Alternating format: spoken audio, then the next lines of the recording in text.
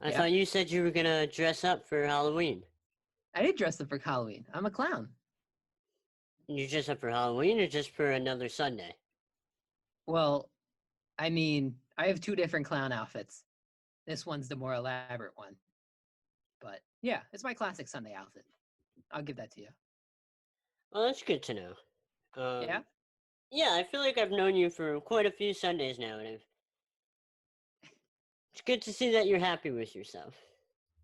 That's To show your own clown, your true clown identity.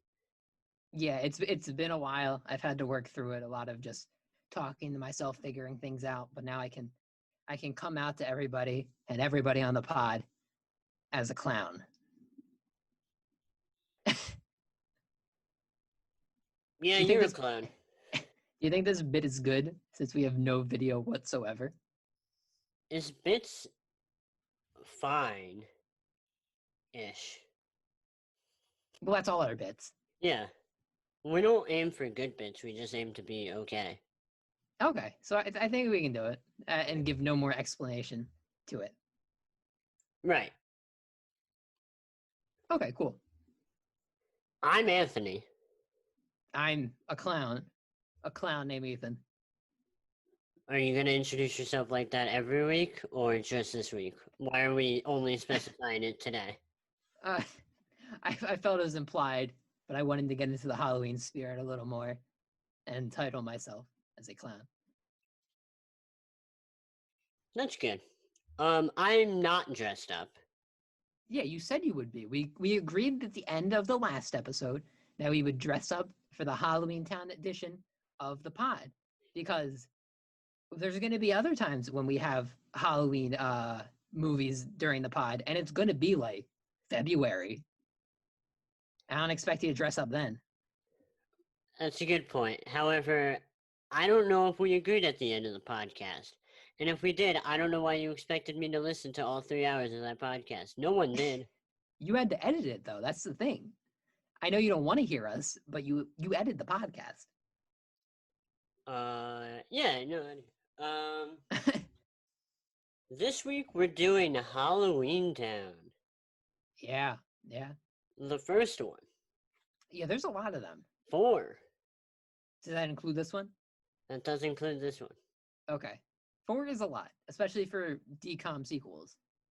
We have Halloweentown, Halloweentown 2, Calabar's Revenge, Halloweentown High, Return to Halloweentown. That's 3. No, Halloweentown High is different from Return to Halloweentown. Oh, okay. So, point still stands. There's a lot of Halloween towns. It's a lot of Halloweentowns. We are going to be watching them at weird points of the year. What do you know about the Halloweentown movies? Absolutely nothing.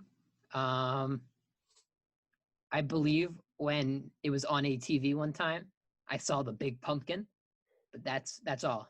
Wow. It had a big pumpkin. I'm like, oh, Halloween movie. Right. What do you know about Halloweentown? I've seen every Halloweentown movie. My favorite is definitely number 2. Okay. Tony likes number 2s. Yeah. All right. Hey. This can't be an all Ethan bullying podcast. Why not? We gotta have some balance. I bully you. You receive the bullying. What's unbalanced there? You have a point. Go on. Yeah, so I know a lot about the Halloweentown movies. I've definitely seen all of them. If I never saw Olive Brink before last week, I've definitely seen all of Halloweentown before this week. Okay. So you're the resident Halloweentown expert on this pod. I guess so. By default, you are. By default, I think I'm gonna fall into that role a lot. Yeah, you're gonna fall into the expert role a lot. But then when we get to like the musical ones, I've got you. I'll be there for you. That's good to know, honestly, because I like having you by my side, man. Aw. Anyway, you may not dress up in. Oh wow. I was gonna say something nice. Well, go ahead. Don't let me stop you. I was gonna say you may not dress up in costumes when you agree on it beforehand, but you're always there for me, and I appreciate that. Can we check the tapes? I don't think I agreed on it beforehand.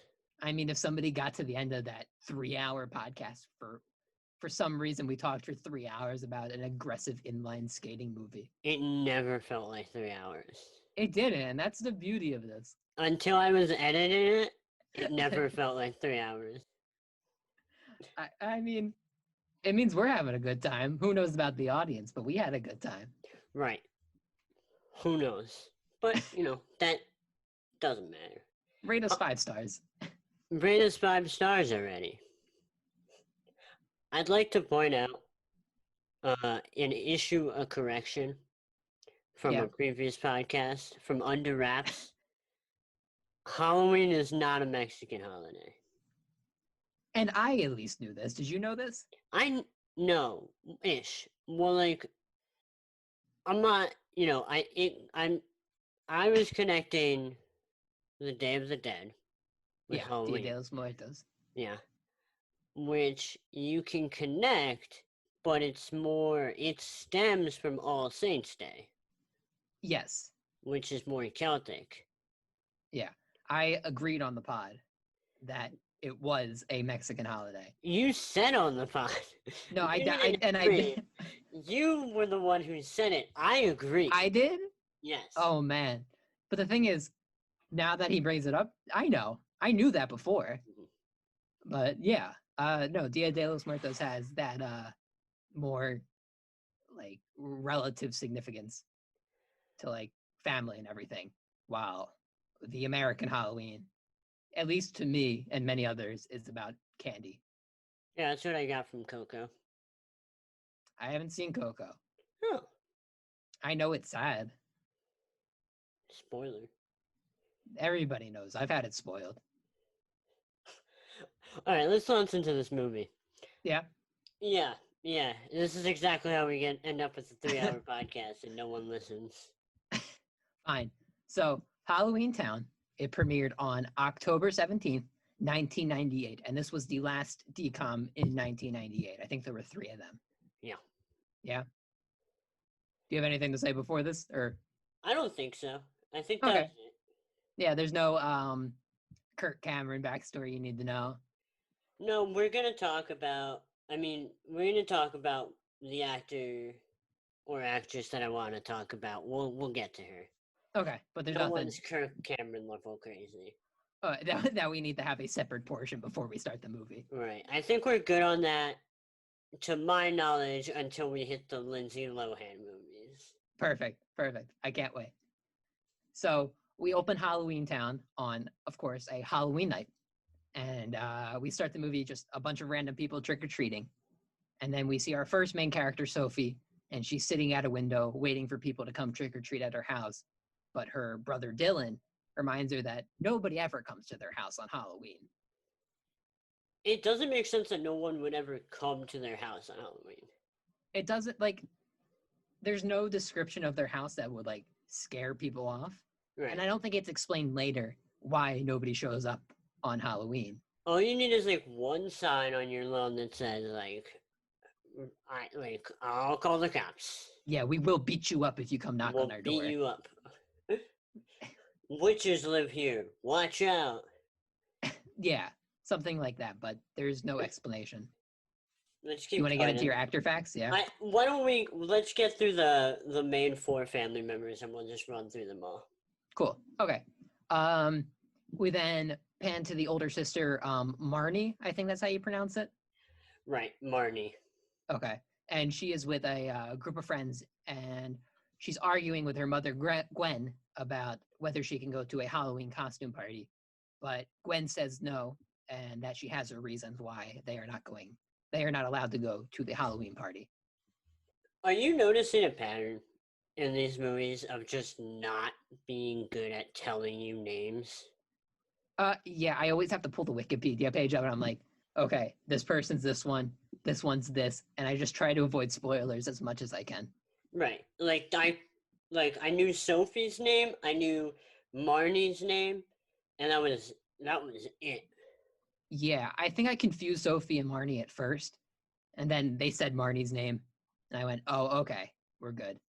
But everybody else was a no. Right. So let's jump into these four acting professionals. Do your thing. Sophie's played by Emily Roeski. She's going to be in Halloweentown 2 and Halloweentown High.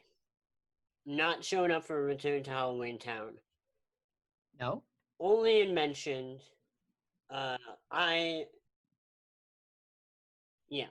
Joey Zimmerman plays Dylan, the brother. Mm-hmm. He's going to be in all four, or I the next three. love that. Marnie, played by Kimberly J. Brown, is going to be in all three also. Nice, nice.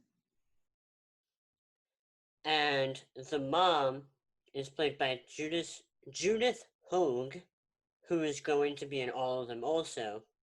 Fun fact about her, she was in the original Teenage Mutant Ninja Turtles movie.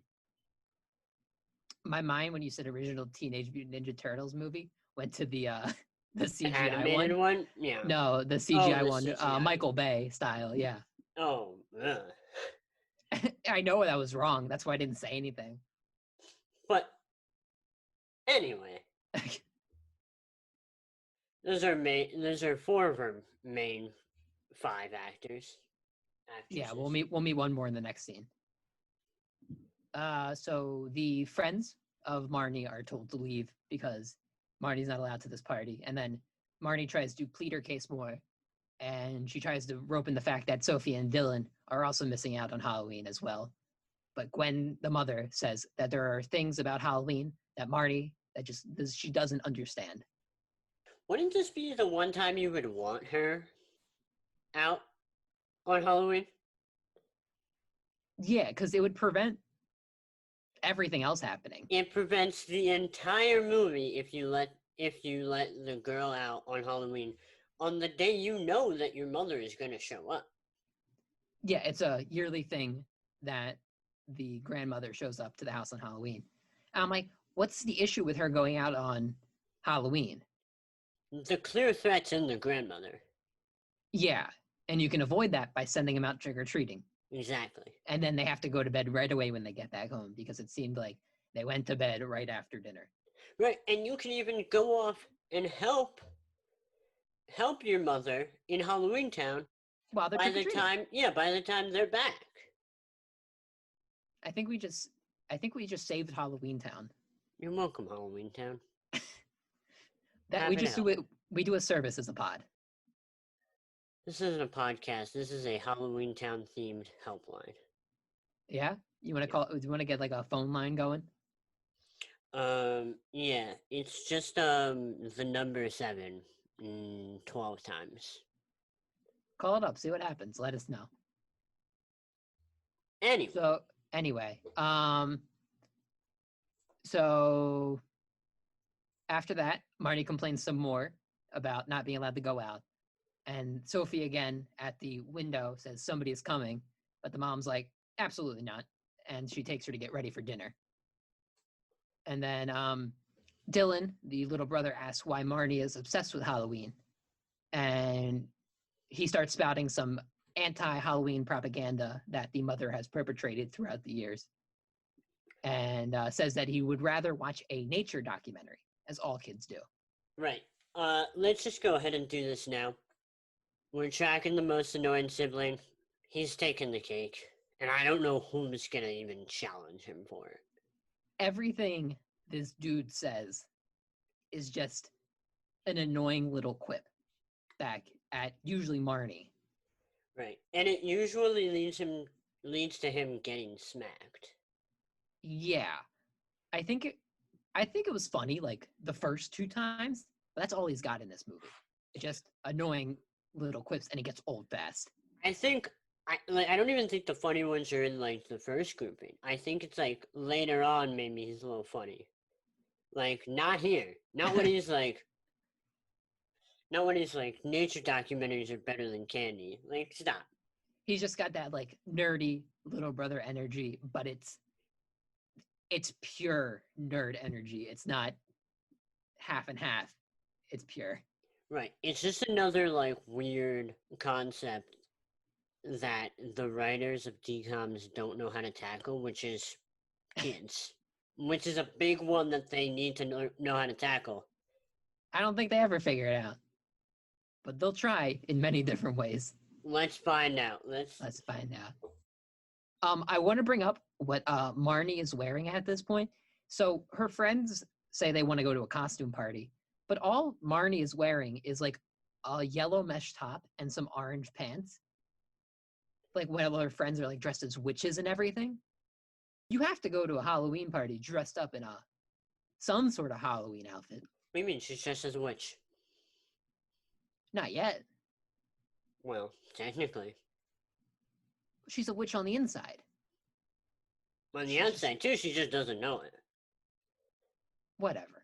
Maybe it's like a candy corn? It's a very abstract candy corn if we want to go with that. Right. Okay. Marnie then says that Halloween is exciting, strange, and ancient, which is a really weird way for a kid to describe Halloween, even if they're sheltered a little bit. Especially just like the ancient reason. Right. Is something ancient if it's like around every year, except, well, 2020? Damn. And the 1 year Chris Christie canceled it. Right, which is yeah. We had it canceled here in New York also. Yeah. Well, Right. Chris Christie was just mean about it. Shocking. That's a big shocker. Yeah. We're not going to get into it. And then Marnie Chris reveals. Christie's been through enough this week, huh? And Marnie reveals that the parents met on Halloween. We also get the common cliche that there's some issues between parents, as I think Dylan says, Dad always bums Mom out. Well, the issue is he's dead. Oh, is it? Yeah. Oh, damn. Bringing up Mom bums Mom. Bringing up Dad bums Mom out. I missed that part. I was just looking for something to rag on. That's terrible. Right. Yeah, we're gonna skip that part. And then Dylan says that she should get hyped for Arbor Day instead, and the scene ends. Get hyped for Arbor Day. Save the trees, bro. Save the trees. It's that simple. It's what you gotta do. We cut to the next scene, which is outside, when out of nowhere, a flying bus comes in, Sky High style, drops a bus sign onto the ground, and then the grandmother, Agatha, comes out. And she does that Mary Poppins style. There's a lot of references to other Disney movies in this one scene. In this one scene? Mainly. Is Sky High a Disney movie? Yeah. Sky High's a Disney movie. Are you sure about that? You're making me doubt this. I think it's on Disney Plus. Why would Disney make Sky High if they already had Up and Away? I don't know what Up and Away is. Well, you're just gonna have to wait a few weeks until we get to that episode of this podcast. Yeah. Well, either way, there are definitely Mary Poppins references as she floats out of the bus in the air with an umbrella and then has a magic carpet bag follow her out of it. Sky High was made by Disney. Aha. Do you know the budget for Sky High? Oh man. I want to say 50 million, but that's way too high. Right. It's not. You're close. How am I close-ish with these? I don't know. It was $35 million. Okay, that's not as close, but still. Comparatively to yeah. But that's still a lot of money for Sky. I enjoyed Sky High. As a kid, yeah, but looking back at it, I don't think it was like not great. I don't know. Maybe after we're done all the DCOMs, we'll check out Sky High. Right. Yeah. Add that to the list. Add it to the list. So after we see Agatha get out, we cut back to the house where Sophie is pleading for a cookie before dinner, but the mom doesn't want her to have it. But at this point, the cookie begins to float at Sophie in the back of her head, and then the mom catches it before it hits her. I think this is Agatha doing it. No, it's Sophie. It's Sophie? Okay, because immediately after this, Agatha says hi and like introduces herself again to the family. Mm-hmm. And it looked like she was holding her hand out a little bit, but okay, that's good to know. So, because the whole concept of magic is you just have to want it. At least in this movie, that's what Yeah, the in concept this of magic movie, is. you just have to want it. You have to believe. So she wants the cookie. So the cookie starts floating to her. Oh, okay. That's cute. We're gonna slowly witness that Sophie might be the best, like the most powerful witch in the family. I think it's pretty obvious, like if you know it from this point, but also when you get to Halloweentown. Right. She's obviously the most powerful and knows the most out of everybody, but nobody cares. No, because Marnie's so like full of it, and it's like I'm a witch, and the mom's like, you're not really a witch. You don't know how to do any of it, and like she doesn't remember this. It's all Sophie. We'll get into that, but first, let's talk about this grandma. Let's do it. Ethan, do you recognize this grandma? I don't recognize her, but I know it's a famous actress, a very famous one. Okay, it's Debbie Reynolds. Yeah. Right. From Singing in the Rain. I think she is the most famous, certainly so far, and I think probably going to be the most famous person they get in a DCOM. It sounds like it. And they're gonna get her in like technically 4. She comes. Oh, is she in any other ones other than the Halloweentowns? She's in only the Halloweentowns, and I don't think she's fully in Return to Halloweentown. Okay, but that's still. She's credited, but we'll see. Yeah. Right. She was a lead role in Singing in the Rain. She has her handprints in front of the Chinese theater. Yep. She has her star in the Walk of Fame. She won an Oscar. She was nominated for an Emmy, a Tony, a Golden Globe. A very impressive career. She's also mother to Carrie Fisher. Yes. She passed away in 2016. Well, just like a titan in Hollywood for a while. Yeah. And I don't know who's coming close to her. In these DCOMs.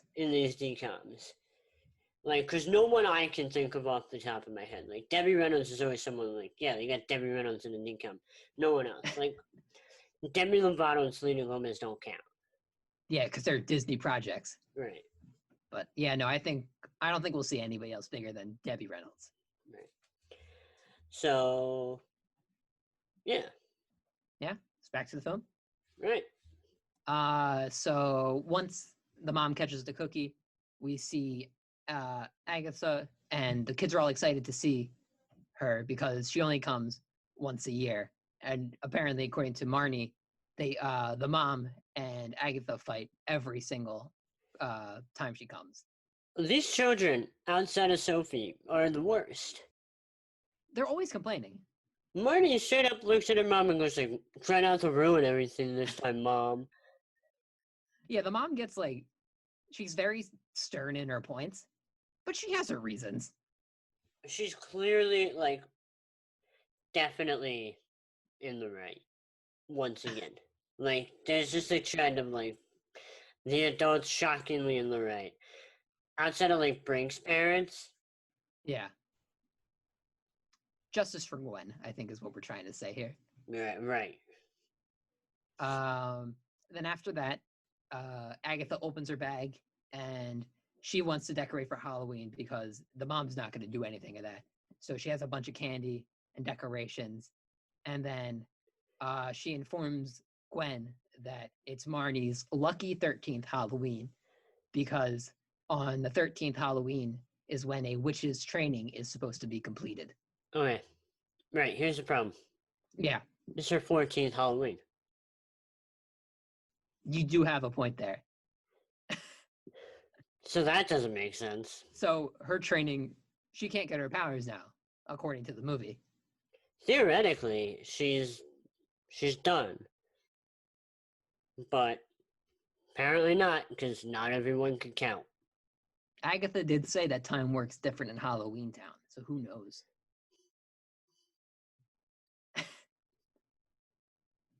Time goes faster in Halloweentown. No. It said a day could be 2 weeks in Halloweentown, but more if they're on vacation. Right, so time goes faster in Halloweentown. All right, fine, whatever. we're past that point. Stop talking about it.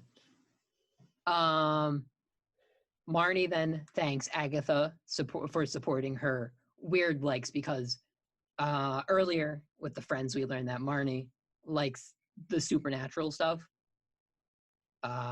Real Marshall Real Marshall? from Under Wraps. Dude, you think I can remember 2 movies back? Yeah. You're thinking way too much from that. We gotta do more of these movies so I can stop thinking about Under Wraps, man. I got Under Wraps on the mind. Do you think we've officially said Under Wraps the most out of, like, anybody?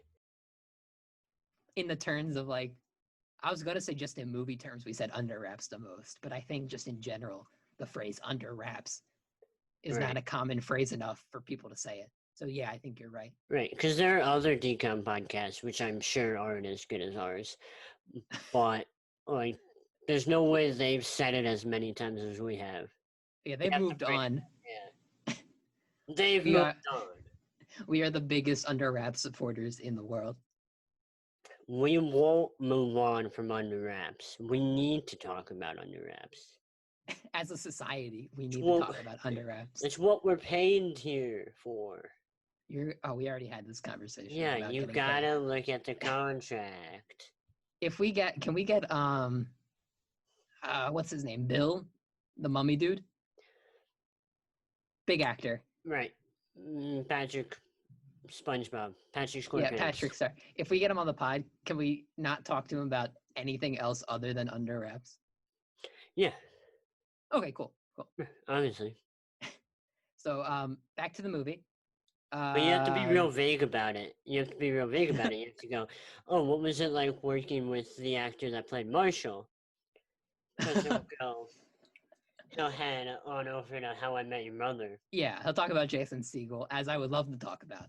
Right. As you have a Kermit the Frog. Is it a puppet behind you? It's not. I wish it was, but it's just a plush from, like, Disney. Yeah. Maybe we'll talk about the Muppet movie one day also. Oh, I would love to. That would be a 10-hour podcast. Yeah, I think that'll be worth it. A 10-hour podcast on just breaking down the Muppet movie. Psychoanalyzing it and everything. Right. Well, we'll make a list of all the things that we've said we should make a podcast of throughout this whole 106 episode journey, and we'll come back to it. We're going to run out of DCOMs at some point. So Marnie also says that she has deja vu all the time, which apparently is a witch trait. I didn't know that. Right, maybe it's like an untapped witch trait, but like she also says it real weird. Yeah, how does she pronounce it? I can't remember. Deja? It's not that. It's weird. It's like deja vu. And that's the American the French. Yeah. And because of that, the deja vu comment, it catches Agatha's attention, but the mom stops her before she could say anything because she doesn't want Marnie to find out that she's a witch. And then Agatha hands out costumes to the kids, and the mom is unhappy trying to stop it all and says that it's time for dinner. Right. So Marnie's gonna get a witch costume. Yeah. Dylan, I think that's his name. It is going to get a Viking costume? He doesn't wear it. He gets that helmet put on with like big hair in that scene. And then since it was comically large, he does not wear it at any other point. Right. No one else wears it. It's a good costume. You would think she'd have better costumes from Halloweentown. But they're not costumes. It's their life there. That's deep. Anyway, You forgot Sophie's costume. what? What did she wear? She wears a ghost sheet. Right. But It was when adorable. Agatha throws it on, she doesn't like put it over Sophie, so it just looks like it's around Sophie's face, which means she's suffocating probably. And then she also wears it in the next scene at dinner. Somehow we assume that she ate with the costume on. That's all. That's all. So then at dinner, apparently it's after dinner here because the dessert's on the table. Sophie pretends to be a ghost, and Agatha teaches her how they actually sound because she knows ghosts personally. The mom says that it's time for bed because her and Agatha have to talk about grown-up stuff, aka witches. And then the kids suggest for Agatha to read them a bedtime story. Right. The grown-up stuff is just like, leave, get out of here, go home, stop asking my children to be witches. Yeah. And then, so the kids go upstairs, and then Agatha suggests that the mom move back in with her in a Halloweentown. But Gwen says that she wants her kids just to live a normal life because Agatha's just not normal. Yeah, for sure. Agatha's not normal. Halloweentown's normal. Halloweentown doesn't seem worth living in full time. Yeah, because they do tout like they have jobs and homes and everything, but there's not much to do there other than that. Right. Visually, it's a town, and that's it. And, like, you'd like to like maybe live there, but you also want to like go into the real world. Yeah, unless you're like a creature, there's no plus to living in Halloweentown. Yeah. Maybe there's more. Maybe there's more to Halloweentown. Maybe it's like a Halloweentown universe. I don't know. Maybe Maybe there's a Halloweentown High. there's the Halloweentown cinematic universe. A Halloweentown University.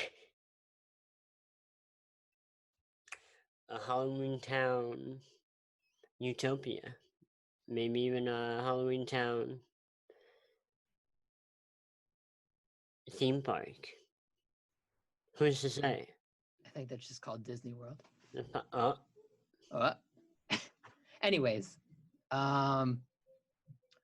so the mom then says for Agatha to go read the kids' bedtime story, and we cut to the girls' room, and Agatha says she's going to tell them a story about Halloweentown that she read in a book, which is a lie because Halloweentown is a real place. And then she pulls out a very detailed picture book of Halloweentown. we should also note that this is minutes after the mom said, "Go tell them a bedtime story, but do not bring up home." Do not As bring in up Halloweentown. Halloweentown one bit, yeah. Don't bring up Halloweentown. And then, so the kids flip through the book a little bit, and then they see a picture of a witch that looks like Marnie, which I don't think it looks like her. Really, it could just be any generic woman. Right. It was just like a normal white girl, and they were like, "It's Marnie," and the annoying kid was like, "That's not Marnie," and it's like, it's not, but like, you're being annoyed. Dylan said that it was cute, too cute to be Marnie, which is really weird if the picture is actually Marnie. Right. So that's a little weird. But anyways, Agatha starts to say about talk about how Marnie's special, and the mom comes in and shuts it down and tells like, "You gotta leave now. Go catch your bus home." Yeah. And Agatha says goodbye, and Marnie hugs the book as she begins to fall asleep. I think the only thing to note is she really just gave Agatha 2 minutes to read a book, really. It was a very quick bedtime story before she kicked her out. Right, because it's like a bedtime story, really, like to like the little girl, like the boy's too annoying to get a bedtime story. Marnie is 13. The bedtime story is for the little girl, and plus, like, two of them aren't in their rooms for the bedtime story, so it doesn't work. I thought Marnie and Sophie shared a room. Do they? Because there's a comment later on about how Dylan and Marnie had to share a room until like recently. Who knows? Who knows? Doesn't matter. So then, next scene, we cut back to the kitchen where Gwen is arguing with Agatha about her telling the kids the truth. But then Agatha says that she should have done it a long time ago because she brings up the fact that Marnie is losing her witch's powers as it is in the movie world, the 13th Halloween for her. No, it's not in the movie world, the 13th Halloween. In the movie world, it's also the 14th Halloween. They treat it like her 13th Halloween. That's the point I'm trying to get across. According to Tony and correct math, they're wrong. Very. But during this conversation, Marnie pulls a brink and comes downstairs, and from the other side of the wall is hearing all this talk about her being a witch. And we learn that Gwen married a human man to become more normal, and that it would be ending a 1,000-year tradition in the household of witches. I had a weird thing during this conversation. Yeah. Where the frames just started dropping. What frames? Of like the movie. Like the frame rate? Yeah. I didn't have that. Oh. Well, that's good for you. I think it's just a personal thing. Happy to hear. Thanks, man. Yeah, I don't know why. It didn't happen to any other point in the movie. It's important to note, though. Yeah. All right. Agatha then says that she came for Gwen's help because in Halloweentown, things are changing and the residents are becoming more hateful, and then they're disappearing for no reason, apparently. Yeah, what a crazy, like, what a thing. Like, everyone becomes real mean, and then they're gone. I wish that was life. Which is like... Also, like, hateful? We'll see later. That's not hateful. That's, like, possessed. Yeah. It's pretty obvious that they're possessed. Right.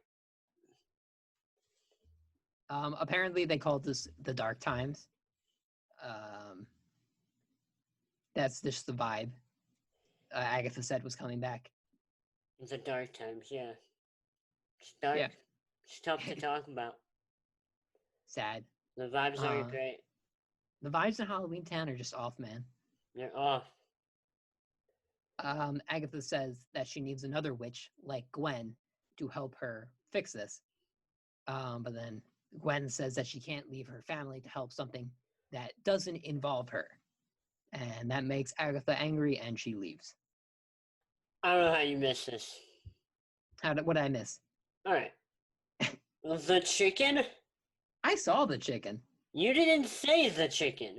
I didn't say it. I saw it.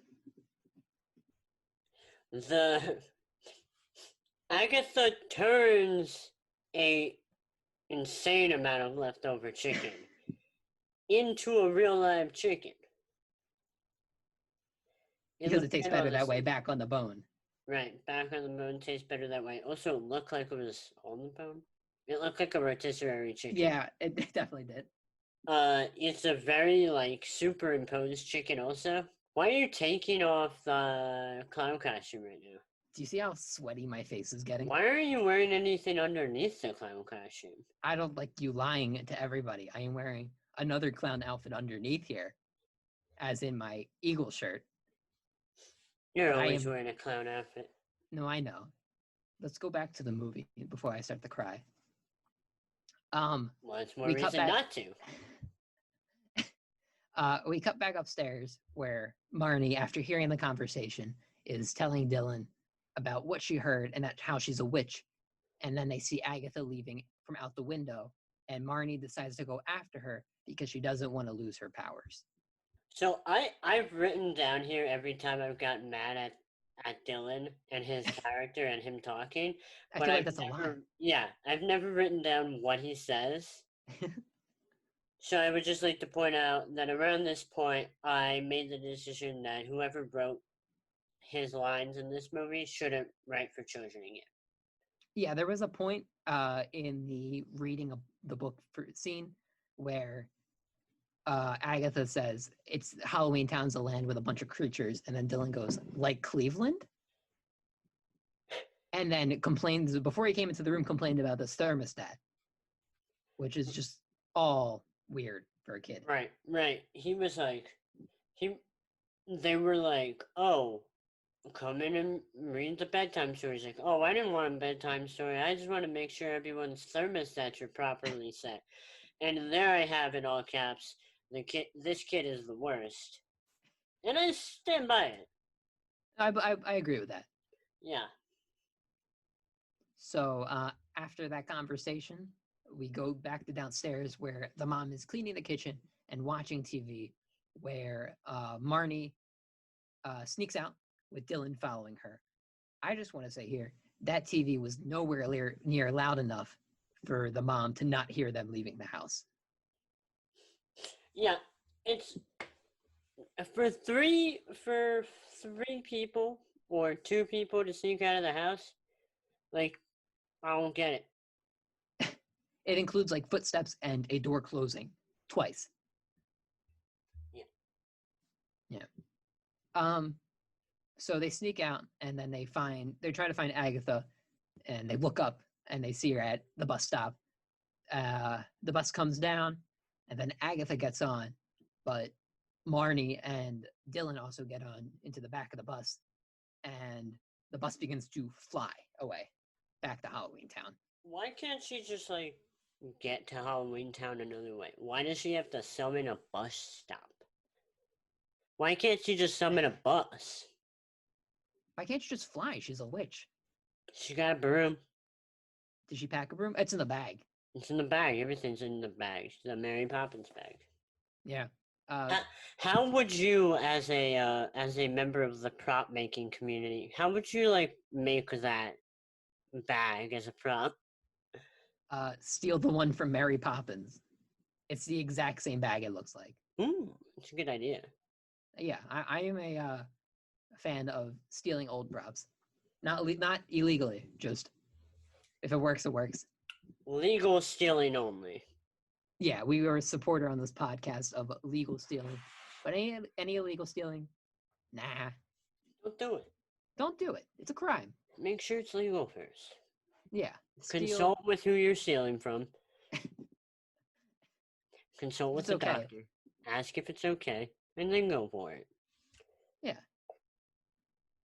So the bus starts to fly to Halloweentown, and we see a bunch of creatures on the bus also going back to Halloweentown, because your point is valid, because it's a communal bus. It's not like a bus specifically for Agatha. It's a communal Halloweentown bus. You ever watched the Magic School Bus growing up? I think I've seen a couple episodes. Okay. It's got that vibe to it. It just very much has that vibe. Except of Miss Frizz, it's a demon from the underworld who speaks in a New York accent. I think they all do. All demons, or just everybody on the bus? All demons from the underworld. Speak in a New York accent. Probably. You are the resident New York expert here. It's true. So the bus lands in Halloweentown. Agatha gets off the bus and has a conversation with a resident about just going back to the mortal world. And then she sees a weird look with a pumpkin in the middle of town, because it's a big thing just to have the pumpkin in front of City Hall. That is humongous. Giant pumpkin. Like, you can fit multiple humans in there. It's weird because it's not big enough to justify it being in the middle of a place called Halloweentown. But it's not small enough to not be the center of attention. Yeah. I think it needs to be bigger and in the middle. Well, it is in the middle, I feel. It feels like it's kind of off to the side. Okay, I think that reason's valid. But yeah, you're definitely right. It could be bigger. It's Halloweentown. If you're going to tout yourself as Halloweentown, go big or go home. If you made it that big, why can't you make it bigger? Because you obviously got scientific ways to make your pumpkins large. Or magical ways. Oh, true. Magic? It's easy. It's simple. Right. So after Agatha gets off the bus, the kids get off the bus and they look around. And as soon as the bus drives away, Sophie has appeared as well. So no way she was on that bus. Yeah, she got changed and ran. She didn't know where to go, number one. And then she got onto the bus somehow without anybody seeing her. But the thing is, Dylan and Marnie were on the back of the bus. She says she stowed away on the back of the bus, but they stowed away on the back of the bus. That's how they got on. I really thought at this point it was going to be like, oh, Sophie's just gone. We're not going to have to deal with a very young child actor anymore. Okay. Which would have been a downside to this movie. It would have. But I fully expected it. Also to the plot. I mean, she's a key piece, probably the biggest piece to this whole thing being solved. Yeah, she saves everything. Or you could have also just had Sophie show up with the mother later, and she that makes sense. Almost none of it. Although I guess she does miss the spell being said. Yeah, but still, they could have figured out a workaround to that. Your point makes more sense. Mm-hmm. Also, there is a cop creature walking around town. These humans get off the bus. They're obviously humans. I feel like that should set off some sort of alarm. Well, I don't know if they're obviously humans because they're not, one. They're not, but they're like, Dylan's dressed in human clothes. He's not in any sort of costume. My main thing is they look very confused. Yeah. I feel like very suspicious. Yeah. Because the mayor does come next. The mayor Calabar comes up and talks to them. But I feel like if the whole point of Halloweentown, which they say, is to keep the creatures and humans separate, something they at least should have been questioned. Big time failure. Yeah, that cop deserves to be fired. Sure does. Do you have anything on Calabar, the mayor? Sure do. Hell Calabar, played by Robin Thomas. He's going to show up in 2 more DCOMs. He's got to show up in the next one. He's going to show up in Calabar's Revenge. He's not going to show up in another Halloweentown, though. Oh. He's going to show up in Horse Sense. Oh, so he's a horse girl. The Horse Sense is not a horse girl movie. Well, it might be. It might be 4 horse girls. But it is about 3 horse brothers. Oh boy, we're in for something, I feel. Oh, and it's coming up soon, and I don't think it's good. That's good to know. I am not excited one bit. So anyway, so Calabar comes over and he introduces himself to the kids. He does some magic. He pulls a lollipop out of his ear. The whole shebang. And he learns that the kids are Gwen's kids because that family is known around town because Agatha's there, of course. Definitely a key family in that town. Been there from the beginning. Agatha's 200. I don't know how age works for anyone else. But who knows? Here we are. So then the kids are like, we need to get to Agatha's house. So Calabar's like, I'm going to get you a personal taxi, which is driven by a skeleton named Benny. And they get into it to go to Agatha's house. Benny's a classic Disney character. Yeah, I mean, the whole practical effect of the skeleton moving and everything, real solid. Real solid. In 1998. Yeah. Definitely something that would be like CGI today. Yeah, it was good. Yeah. Do you have anything on Benny, like the actor? Oh, no. Okay, cool. Definitely not. So they drive on the way to Agatha's house. Benny says to look out for some characters around town. Don't go out there alone. And then they arrive at Agatha's house.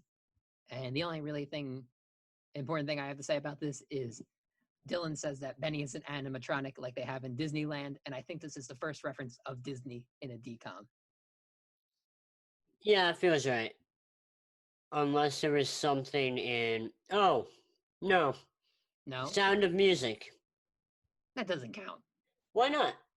Like, they say Disney in this point. Like, I didn't say physically say Disney. Disneyland is a real place in the Halloweentown universe. Right, that's hard to argue. So the kids, they go up to the gate and it's locked. So Dylan's like, we're going to go home. And then Marnie's like, no, I got this. I'm going to use my powers to open up this gate. And she can't get it to work because she sucks. So Dylan is insulting Marnie for this. But then Sophie is able to just open the gate by wishing that the lock turn into a frog. And they all go inside. We gotta hop back because we missed a character. Who do we miss? We missed a Benny. No, I said I asked who's you. Played by Reno Romano. Don't say I didn't ask you about this. Anyway, we also missed Luke. He's in passing here. Let me get my one last actor out of the way. Do it. Luke is played by Philip Van Dyke. He's also going to pop up in Calabar's Revenge. That makes sense. And he played Arnold in Hey Arnold. Oh, that's cool. Yeah.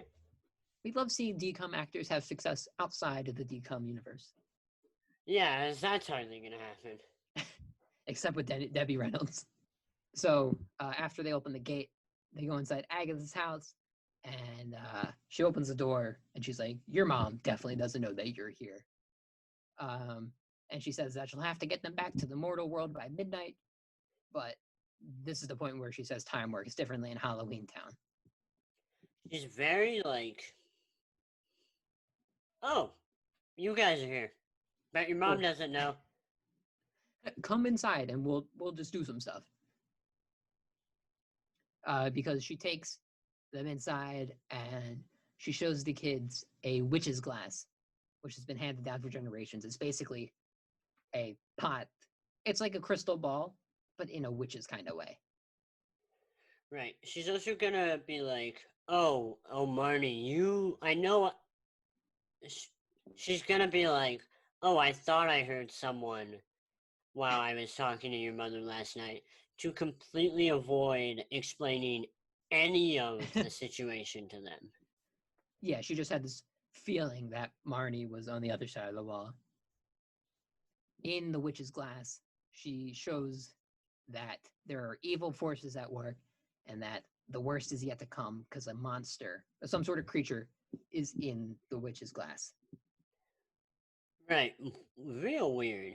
Could have just explained this and not had this weird, like, come with me to the witch's glass and I'll show you. Yeah, and the bad guy himself will preview. Yeah, I mean, she wouldn't have to explain the whole witch's glass concept because it doesn't come up again. Right, like you would think the bad guy is a bit more tied up in stuff than to record a trailer for his overtaking of the mortal world. Is this a trailer for the next film? No, because he doesn't want any revenge yet. Oh, true. Oh, we kind of spoiled. Yeah, whoops. Can't expect anything out of us. Also, as soon as you hear Calabar's name, it's spoiled. If you know that the next one's Calabar's Revenge, and we've said that. You know, if I was just listening to this podcast, I would have missed that fact, and I would have been surprised when we announced who the villain was. I think you still might be surprised by the time we get to Calabar's Revenge. Honestly. Yeah. Every time I read something in my notes that happens in the movie, I'm like, oh my God, that happened? Right. That's crazy. Right. I think you're going to get surprised a lot by these sequels. You know, They're all gonna happen in a span of 1998 to 2006, which in my mind is crazy to Yeah. think that they ended by the time I was 6. But you're not even gonna remember Calabar by the time we get to Calabar Oh, Springs. absolutely not. So that's the beauty of this podcast is we can say things Ethan won't remember, and then we get to see how surprised he is when they happen later. That's Wink, great. wink, nudge, nudge. In case you're So thinking maybe Anthony got something wrong earlier on in the podcast, maybe he didn't, and he's just playing Ethan. Anyway, that could let's be correct. continue. So after that whole witch's glass thing, they go into the kitchen and she shows the kids a talisman. I think that's what it is. Huh? Say that A, again. a talisman, a talesman, What? Say it again. a ball and claw stick. I know you're bad at speaking, but this is bad. Is bad, yeah. Talisman. Talisman, Talisman. talisman, Talisman. talisman. So then you put it into a song, and then it's like Jackie Chan. Where's the talisman? Have you ever seen the Jackie Chan cartoon? No. I'm Why are you surprised? First off, it was a cartoon. It was on like Toon Disney when we were kids. Doing Disney? It's not my fault your parents bought a TV as soon as your brother was born. Whoa. I watched Wheel of Fortune. That was my show.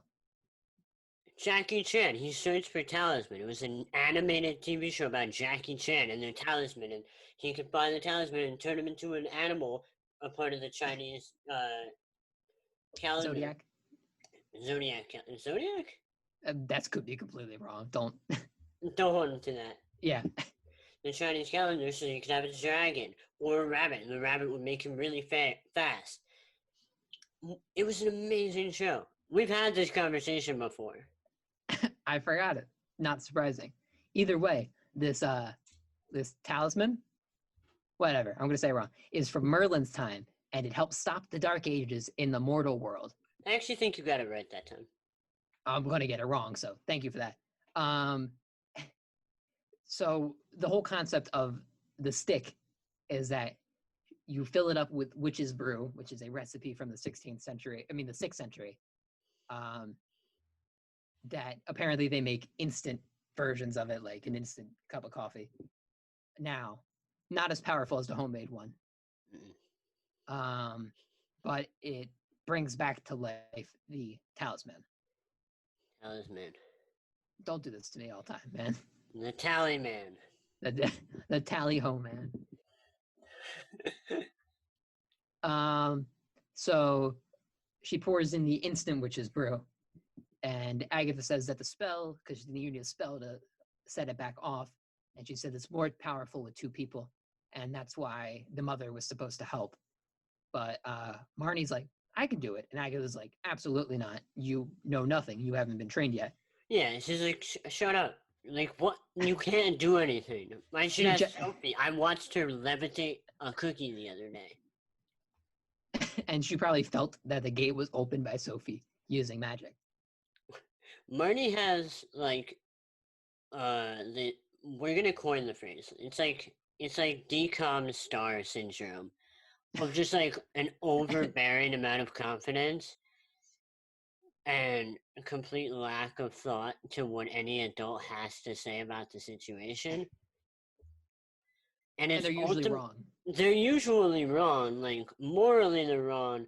In the context of the movie, they're gonna have to turn out correct. But we saw it in Brink. Yeah. You know, we saw it in Under Wraps of, like, you guys aren't really, like, you're overstretching yourself right now. You don't really know what you're doing. But all these characters, like, their main flaw is, like, their hubris. That's deep, which man. is, right. Based off of some Greek thing. Which one's hubris? I failed mythology, man. Isn't it Oedipus? You could say anything from Greek times is Oedipus, and I'd be like, oh, yeah, that sounds right. I know you and me have had to read Oedipus like 8 times. It's a big book. No, it isn't. Yeah, it is. Not the first one. I don't know if it was like a combination. All right. Anyway, Anyway, we're not. I'm done talking to you about media. Cool, because I got more to talk about this movie. So Agatha tries to spell by herself because Marnie is too full of herself, but the Weak. spell doesn't. Yeah, too weak, and the spell doesn't work because she only had the one person. And she's like, I guess we're gonna have to go around town and get the ingredients for the homemade witch's brew. And that's the end of the scene. The spell included her just throwing glitter on top of the stick and mumbling some words, which was really weird. Mumbling some words very quietly, very fast, but apparently just enough for maybe someone else to remember them perfectly. Who knows? Maybe. Who knows? Who knows? Who knows? We're not gonna spoil anything. We We don't don't spoil do that things. here. We don't No. do things. We're like, you should be watching this alongside the movie so that you just hear everything we're saying. That's a terrible way to watch the movie. Why? Or just pay us to watch the movie with you. Yeah, we'll come to your house. You know you can like watch stuff with a group on Disney Plus right now?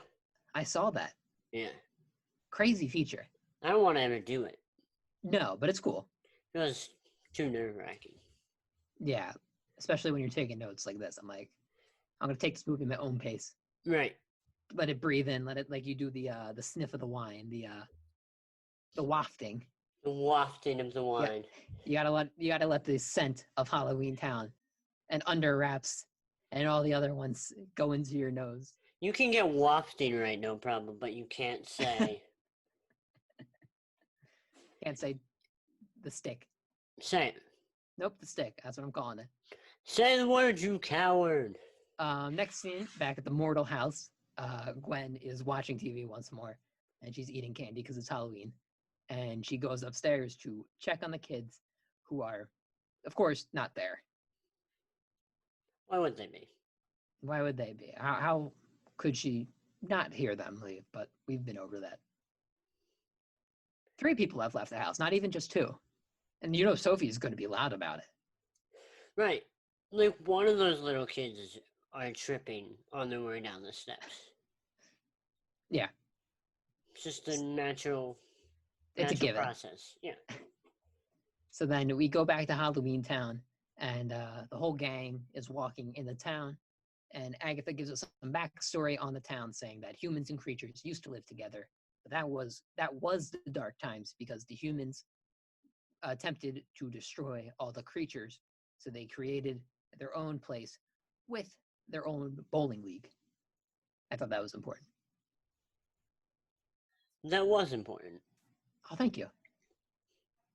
I think the interesting to note about the Halloweentown people is some people are like pretty elaborate in their makeup, and then other people are really just like a Party City mask with maybe Party City hands, but even that's or they're kinda just tough. human.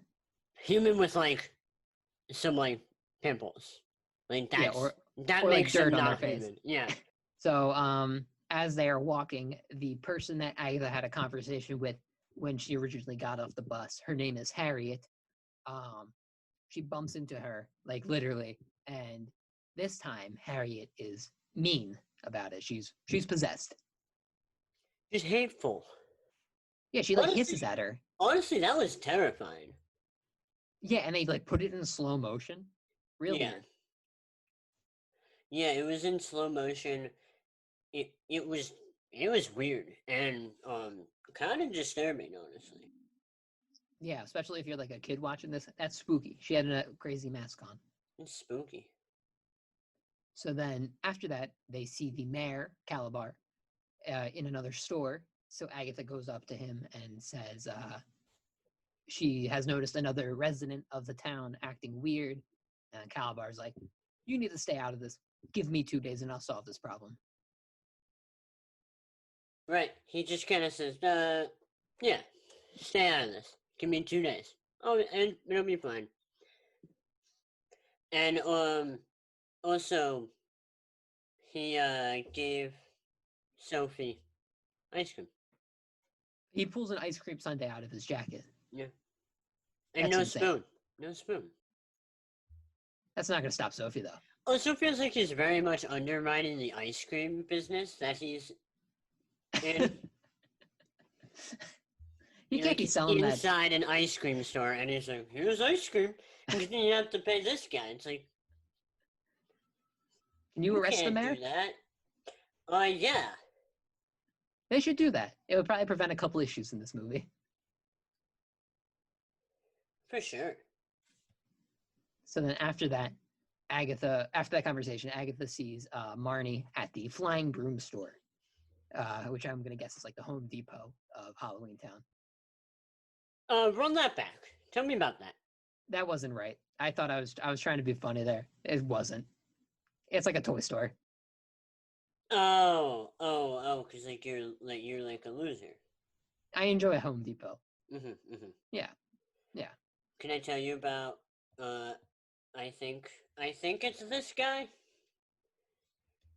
The guy who plays the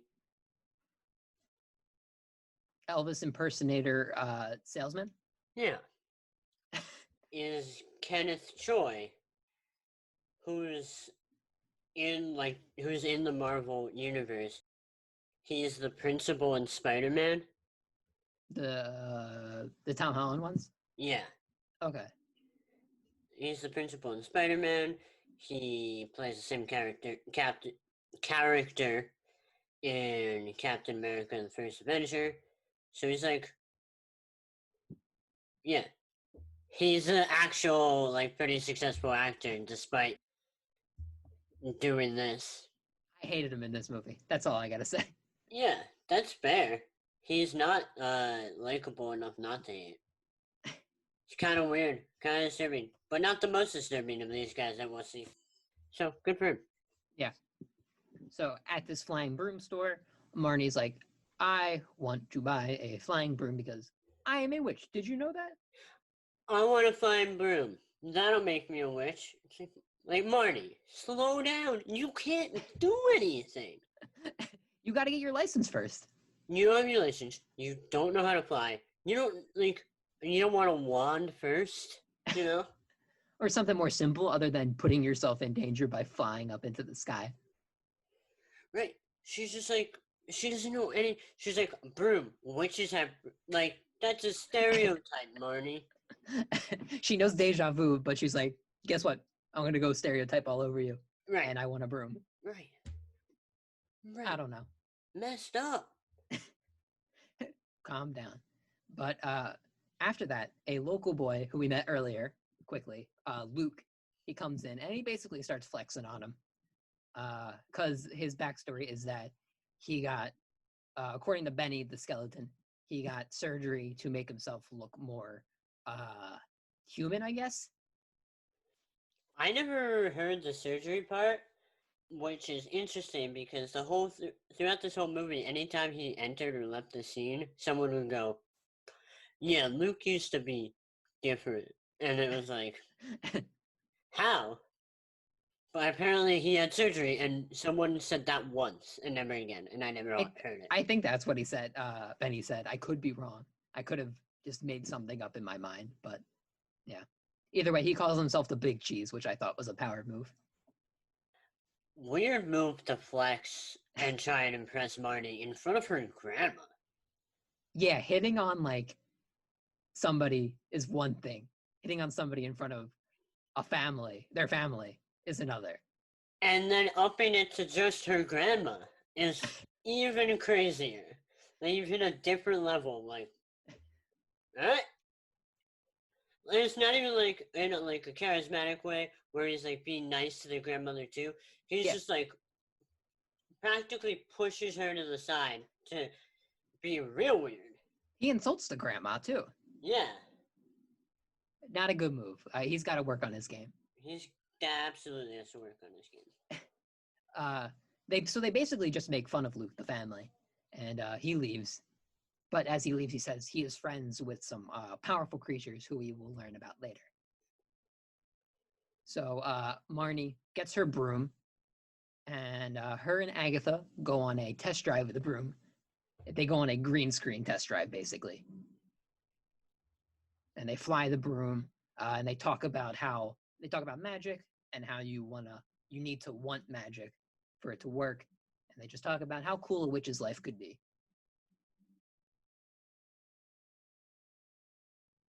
Yeah, it's a weird broom ride, but it's kind of like, all right, like I'll buy it. Then what else are you gonna do? If you're touting a movie about witches, you gotta fly at least once. They do leave Sophie and the brother. Who cares anymore? I didn't know they were gonna return to them, and I'm like, did they just leave them at the store? And there's clearly like a possessing problem, and they both just got threatened by somebody who is connected to the possessing, and then they said, all right, time to go make Marnie happy. Screw you guys. Yeah, get out of here. Yeah, not a good idea. Bad idea. So when they land the brooms, the mother has arrived in Halloweentown and says that they are all going home. Marnie tries to fight it, but Gwen, the mother, grounds her, and they begin to go to the bus station thing to leave. Right. Debbie Reynolds is gonna yell at the mom and be like, it's her birthright to be a witch, and the mom's like, I don't care. Because the mom's the mom. Like, the mom is always gonna win that argument. Yeah. Grandma can put their input in, but... Yeah, it's just how it works. It's like she's blocked you out enough. Blocks you out 364 days out of the year. Don't think she can't make it 365. That's true. So they all start walking to the bus station to buy some tickets. But they learn from the two-headed ticket conductors wearing Warblers jackets from Glee that... I'd like to point out Ethan watched Glee like this year. So if you I'm so happy about it. If you thought like, oh, Ethan's got a reference. It's like, no, he watched it in 2020. Yeah, it's bad. He wasn't an OG like the rest of us. I'm sorry, man. He didn't suffer through the twerking episode like the rest of us. I suffered through it, just not live. Right, and that was the problem. There was some deep stuff in that show that I'm glad I didn't see at a young age. Right. Yeah, sure. But they're, who knew? The Warblers were started in Halloweentown. Yep. So Gwen says she wants the next bus home, but the two-headed ticket conductors say that the next bus is in several hours because it's, I guess, broken down. But the thing is, that bus only runs once a year because they can only go between the mortal world on Halloween. A few things here. One, I didn't particularly remember that, but now that you say it, I'll buy it. Thanks. Two, when did this bus break down? Well, the whole... was on it maybe minutes ago. The whole bit of these ticket conductor guys is that they suck at their job. So maybe that was just a little bit they were doing. I don't know. Yeah, they're doing like this bit and they're like going back and forth arguing about caffeine. And it's funny. It's funny. It's a little long, but it's good. Yeah. The whole time Marnie is just being a brat from a distance towards her mom. Mm-hmm. And like telling the mom that she's never gonna talk to her again, typical stuff. And that she'll join a motorcycle gang and never go to school again. So I just don't get when this bus would have broken down. I don't know either, especially when like it's kind of like that Santa thing. Like you have one day a year where you do this. Make sure it works. Get a second bus. Yeah. You're not spending money on anything else in Halloweentown. You literally don't repair, like, the bus doesn't need to operate at any other point. You can buy 2 buses, have a backup bus. Yeah, it's that simple. Either way, since they have 6 hours until the next bus, Dylan suggests that they go to the mayor for help because he was such good help in the beginning with the taxi. And he gets hit. Marty hits him. Of course, because Dylan's annoying. Yeah. Yeah, he gets hit a lot, but it's also like, you know, Connie Abuse. deserves it. Oh, yeah, abuse. Yeah, definitely. Deserved abuse. That's a bad thing to say, but still. He doesn't get hit by his parents. Yeah, it's just the brother sister like, you're being dumb right Yeah, now. the sisters hit him, which is perfectly fine. It happens. Yeah. It happens all the time. That's not abuse. No, you're right. You're gross. Right. You have to learn it. So they all go to Calabar's office, and Gwen and the kids enter, and they see Calabar, and we learn that there has been a saucy past between Calabar and the mother, that they were ex-lovers. That's how you described it? That's how I described it. You went with the word saucy? I liked saucy. All right. No further comment? Not out loud. All right, cool. We can talk about it later. So the mayor is like, Calabar's like, I'm going to show you around. And he hands her a rose. But Gwen says that she just wants to go home. And this is when the receptionist so like the whole thing about Halloweentown is that they're creatures. But this receptionist comes in a pin and needles costume. Doesn't make sense. Which makes, I don't get it. Which makes me think that she's a creature like outside of her job. But when she comes to work, she has to dress up in this pins and needles costume. It's Halloween, so she's dressed up on top of the fact that she's a creature in Halloweentown. That's gonna be the only explanation. Calabar also has this weird, like, puppet thing at his desk. Yeah. That I guess is kind of supposed to be like a phone? That makes sense. It didn't cross my mind at that point, but you're right. Right. It didn't make enough sense, and it was just like, the puppet guy and the lady in the pins and needle costume don't both need to be in the scene. Yeah, because we never see either of them ever again. No. And they say you combine 2 lines. Like, Yeah. One of them could have just said both. Well, either way, the receptionist informs Calabar that there's an emergency, so Calabar's like, I'll be right back. And then after that, we cut to Agatha walking in town, and she bumps into Luke again, who says that he knows about the talisman, and that don't make fun of me for that, and the witch's brew, because the guy that Luke, I guess, works for, he wants it. It's just that you're emphasizing the man part, where I don't think you need to be. I'm sorry. It's a talisman. Okay, I'll just say stick. No. Be respectful. This is Halloweentown's culture. They're allowing us into their home. You can be respectful. I'm sorry, I will be respectful to the creatures of Halloweentown. Thank you. Agatha says that she wants to know who this person that Luke, or that wants the stick, the talisman, is. So they go to find him. Stop laughing. I'm self-conscious every time you say something, or you're like about to say something. You're self-conscious even if I don't say anything. Yeah, but it just adds to it. Well, I'll be honest. As much as I'm criticizing you for the talisman, I wasn't paying enough attention to know what the significance of this is. There's no significance. They just say, this used to be Merlin's. It worked before. It should work again. Anyway, we're gonna lose people if we keep talking about this talisman. Yeah. So we go back to Calabar's office, where Marnie says that she can just stay in Halloweentown herself. And then she gets the mother to admit that Marnie is a witch and that she's been hiding her powers. But during this, Sophie sees Agatha walking with Luke from the window, and Marnie walks out and is like, I gotta help my grandma.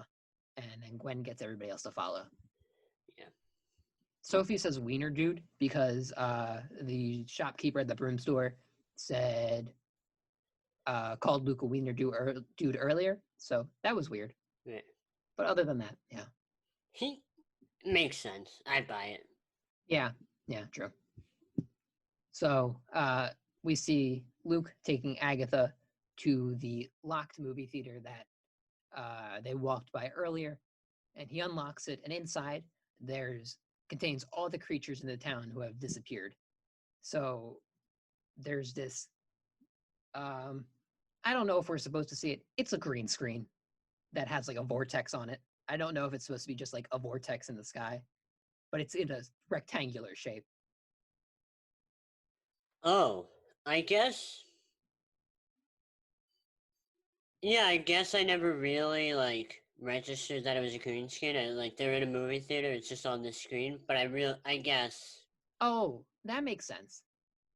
Like I understood that it was in the movie theater, but it didn't click movie screen because it felt more out. But who knows? Right. Yeah. There's a swirly thing on a screen. That's what's important here. That's what's important here. And then out of that vortex comes, at this point, we're going to call him a spooky man. And he reveals that he knows Agatha has the talisman, and that he has all the creatures, the stick, and he says that Agatha has the talisman.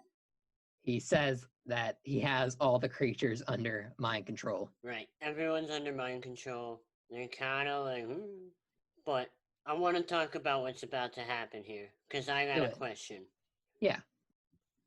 This spooky man, visually frightening. But if you like listen to him, absolute joke of a voice. Yeah, I mean, not intimidating. The whole concept was frightening, but the execution is another thing. Right. So he's gonna start like attacking Agatha and Luke. Mm-hmm. Mostly Agatha.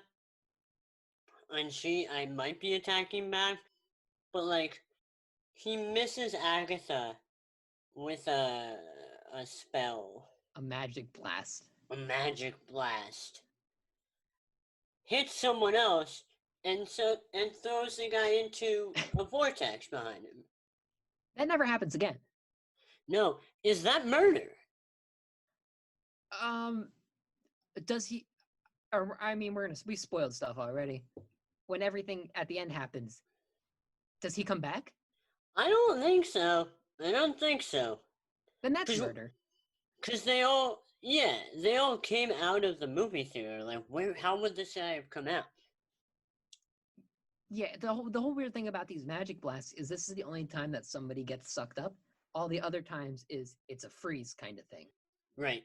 The magic blast is never anything but a freeze, except this time, which is a murder spell. He murders it. Yeah, we can just say that. So, 2 for 4 on murders. Also, let's do this now. Our next movie is Xenon. Do you think there's a murder in Xenon? It sounds like it. I'm gonna go yeah. I've never seen it before, but yeah, I'm gonna go yeah. Okay, I have seen Xenon, so I won't put in my voice. Yeah. Cool. Great. All right. I think we can keep going. That was my main gripe. Yeah. While they're in this movie theater, Gwen and Marnie are gonna show up, and Luke's making a run for it. So Gwen's gonna be like, "Whoa, whoa, whoa, whoa, whoa, whoa," and turn him into flowers, kind of. Yeah, it doesn't look anything that would stop him. He just got flowers on him now. She misspoke. Meant to say powers, actually said flowers. So here we are. Classic. Gwen then jumps in front of her mom to save her from the spell. Doesn't matter. He's gonna get Agatha anyway. Yeah, he gets the mother first, but then he's like, that was easy. I'm gonna get Agatha now. And then the kids are horrified, and they're like, oh my god, oh my god, oh my god. And Agatha, who gets hit with the spell, has more time than anyone. And goes, it's okay. It's just a free spell. So then, the hero of the movie, Sophie, pushes open the door, revealing the sunlight, which hurts the bad guy, obviously. Doesn't affect him later.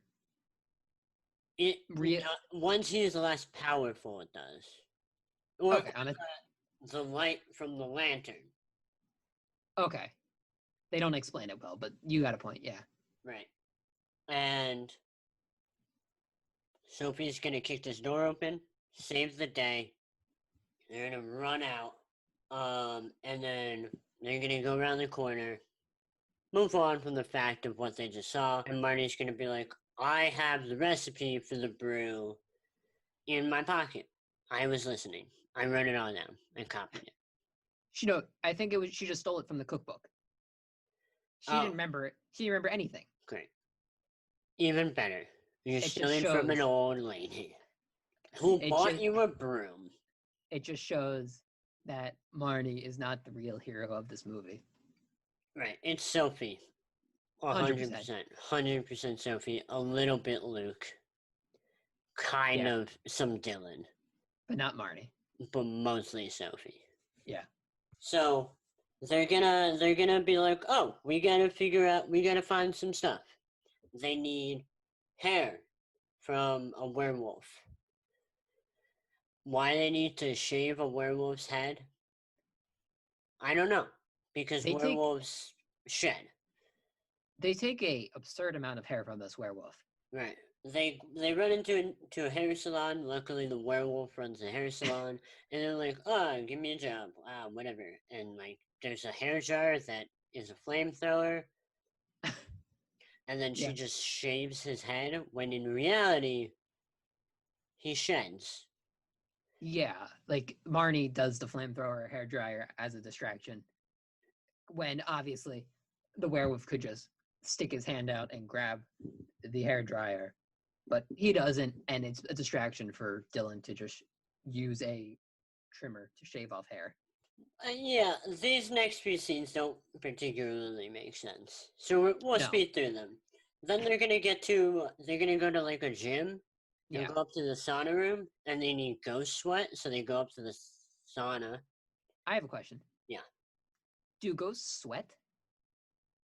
I don't think so, but like outside of this movie. I wouldn't imagine. I don't think ghosts have sweat glands. That's what I thought, but That's okay. the whole concept. Yeah. They're gonna like do some jokes to make him sweat, and then but they're not even jokes, they're like fun facts. Yeah, right? Dylan flexes his knowledge a little bit, Mm-hmm. but it's really just an odd scene because they walk up to the ghost in the sauna and they don't say anything for a while, and then Dylan just tries to like distract them with some facts, but at some point I feel like the ghost dude would be like, yo, get these kids out of here, I'm trying to relax. Right. He's not gonna do that until Sophie breaks out her ghost costume and stereotypes ghosts. They're gonna get some sweat and they're gonna run away. He's gonna be mad. Whatever. Then they're gonna be in a dentist office where a dentist is pulling out a fane, conveniently pulling this out today. Marnie is somehow infiltrated, has a white lab coat on, and a mask. So, head of its time. Who would know? Who would think? Masks, they work. That's important to note, guys. Important to note. But she's just gonna stick out her hand, be given the fane from the vampire, and walk out. And, now they got everything they need. So they're outside. Benny, the skeleton driver, shows up, but something seems a little off on him. Because Marnie's able to tell. Just kidding. Why would she be? Sophie says the bad things in him. Because Sophie knows everything. Best character. Yeah. He is gonna like grab Dylan and try pulling him in to the cab, but then Sophie, using her amazing instinct, runs over and unhooks a dog to allow the dog to chase after Benny. Because he's Bones. Because he's Bones. And Sophie's smart. She knows this. Best character, Sophie. Saving the day. So they run back to Debbie Reynolds' house. They're going to start making the brew, but Marnie can't remember the spell. Oh, she's got dumb brain just like me. Dumb brain Ethan, dumb brain Marnie. I'm not as annoying as her, I think. I'm going to give myself that. Yeah, you're gonna give yourself that. Like, I know I'm not that good, but Marnie's like, I'm the best around. I'm the witch here. Right. And I'm like, yeah, I know I'm dumb. Right. If you listen to this podcast and you know Ethan personally, reach out. Let me know. Let me know who's worse, Marnie or Ethan. Please say Marnie. Trying If to, not, I'd trying be to see very sad. something. Trying to see something. But luckily for Marnie, Sophie made a song about the spell because it was catchy. It wasn't catchy. No, she says it's a song, but she just says it in the same way she said it before. That Right. wasn't in any rhythm or nothing. Yeah. That's the one bad thing Sophie did. It was a bad song. It was a bad song, but she still saves the day by remembering this. So, point Soph. They recite it, but Marnie, one, is not in time with Sophie at all. And two, Sophie didn't say enough of the spell for Marnie to get the whole spell for it to work for both of them. But whatever. Whatever. We'll ignore that part. They're eventually just gonna believe in themselves a little bit more. In a classic Disney style. Yeah, they gotta want the magic. Come on. It's been stressed. They're able to make the spell, and they're gonna run to the theater. Bad guy's not there. But the bodies are. They're gonna check for pulses on Gwen and Agatha. Which is an interesting concept. Because what if there weren't any pulses? Well, also, the thing is, they know that the spell is like a freeze spell. It Right. hasn't killed anybody else here. Right. There's no need to check. Yeah. But they're not really sure what to do with this spell. Which this part's kind of confusing to me. But they're not really sure what to do with the spell. And they're gonna decide that the problem can be answered if they go to the Great Pumpkin. The one that Charlie Brown's been preaching about. We need a Charlie Brown character in these movies. Because he's the epitome of Halloween. He is the epitome of Halloween, that's true. And all other holidays, but mainly Halloween. Mainly Halloween. Yeah, no, because Agatha said before that, like, mortal traditions are based off of Halloweentown, because that's where Halloween is all the time. And then Marnie's like, what do humans do on Halloween? They put the light into the jack-o'-lanterns. So she's like, we gotta put the light up stick, as I'm gonna call it, into the pumpkin. It kind of looks like a thing you could get at like an amusement park. The stick or the pumpkin? The stick talisman. Yeah. Also, Jackie Chan's talisman is like about the size of like a silver dollar. Interesting. But not the size of like that. So, not stick size. Not stick size. So they go make their way to the pumpkin in the middle of town, and the pumpkin's on fire here. I have an issue with this later, but we'll get to that. I have a problem with why is the Achilles heel for Calamar in the middle of the town? Yeah, he has the control to not put it there and like have it hidden and locked up. Right. It's all up to him. And he's like, here is the way to stop me.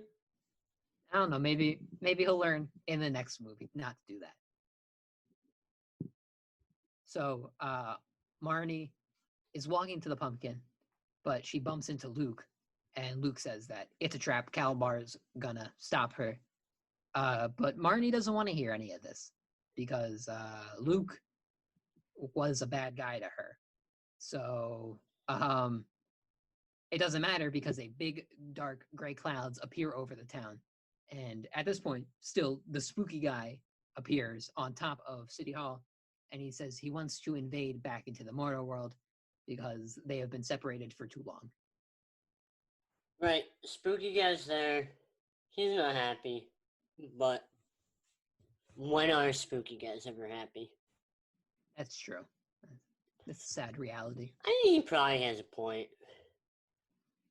Yeah, I mean, I feel like in the backstory, they're like, yeah, it wasn't good before that the creatures and humans lived together because the humans were being dicks to the creatures.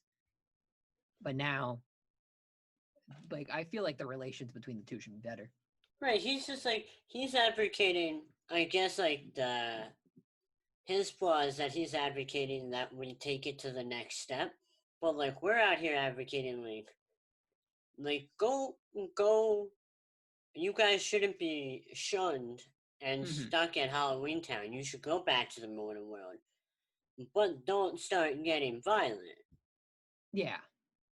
He goes about it the wrong way, but deep down he's got a point. Right.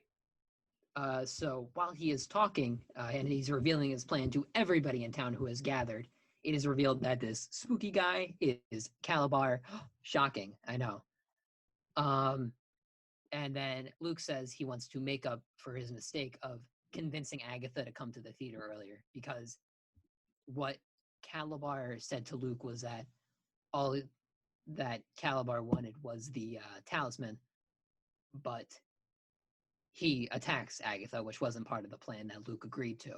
Right. Luke was promised Agatha would be saved, but she wasn't. So. Because Calabar is a bad guy. But before this, Calabar says that there is a half-human roaming around town, which is Marnie. A half-human Roman? I didn't say Roman. Anyway. There's 3 half-humans. Yeah, I'm like, he says there's one of them. The whole family's there. At this point, so before, what's her name? Marnie left the house earlier. She took one of Agatha's red witch's robes, I guess. Right. And she's wearing it. And Calabar sees somebody in this red robe walking through the crowd. And he goes to stop that person and get the talisman. But the person in the red robe doesn't give it. And as they run away, Calabar hits them with the magic. And when Calabar goes to find that it's Marnie, it's actually Luke because they switched clothing. And Marnie is climbing up on the pumpkin as we speak. Big time play by Luke. Yeah, power move. Power move. I do want to say, go back a little bit. Calabar standing on top of the city hall in a black robe and just around like this grayness with his face hidden gives off major Emperor Palpatine vibes. Right. It's very Emperor Palpatine.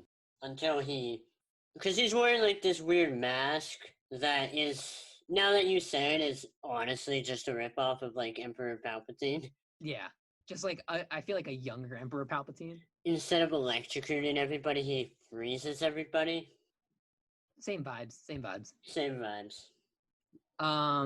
So Marnie's climbing the pumpkin at this point, which is not on fire anymore, as it was when we first came to the scene. I never noticed the pumpkin on fire. I believe you. Because it only happened for like the establishing shot. Right. But as Marnie is climbing the pumpkin, and she does this dramatic hold up of the talisman above the pumpkin, all she really needs to do is drop it in. Just drop it in. Yeah, but she flexes it above everybody. She holds it up like the Olympic torch. But Calabar shoots her with magic before she can throw it in there. Stares him down, too. Yeah, she really makes a big deal out of this because she's good. Yeah. Like a receiver running into the end zone backwards, staring down. Like a less impressive version of the Minneapolis Miracle. Yeah. And instead of staring down the fans, she stares down the defender. Bad move by Marnie. She's gonna pay a price. She does, because she gets frozen. But luckily, she gets voice flashbacks of everybody in her family telling her about being a witch and how magic, you need to want it and everything. And then she wills herself to drop in the talisman into the pumpkin, which magically installs itself in the center, and then big lights come out of it. Yeah, but and what did everybody she wakes do? up. Yeah, but what did she do with the talisman? She just dropped it. Oh, I thought she dropped the talisman in there. Okay, my bad. Stop this. Stop bullying me. So everybody wakes up. If you don't have any more insightful comments to add. I other will than say, bullying me. she throws a dime. But She the thing throws is- a dime into that pumpkin. But the thing is, it's the magic that gets to set in, so it wasn't like she dropped it perfectly. Yeah, Magic Johnson threw dimes also. You got me there. Also, Dylan gets slapped again. Yeah. Because That he was a given. blurts out, "It didn't work!" And then Sophie slaps him. Yeah. Which is fine. Deserved. I can argue. So Agatha and Gwen, who were in the theater, they wake up and they quickly get to City Hall somehow, very fast. I have a problem here. I have a Yeah, problem. of course. Okay. Because they wake up, they look around, Gwen hops over her mom and goes, "Mom!" Which, yeah, I'll give her that. She's concerned about the mom. But probably be a little bit more concerned about the children because she doesn't know if anything happened to the mom. She doesn't know if anything happened to the children. But if you want to say she ran to the mom first, because maybe she saw her as she was waking up, she ran over Yeah. to the mom. Okay. But then the mom goes, "I'm okay, but the children." The grandma goes, "I'm okay, but the children." Which is not how it would work. No. It's The a mom would trickle say. down effect. The moms care about the mom. Like, it's a. Yeah. Gwen is most concerned about those three. Agatha is most concerned about Gwen. It's just not how moms work. No. Gwen needs to be a better mother. That's It was also a terrible ad lib by Agatha. Like I missed it. There are words happening and there are no mouths moving.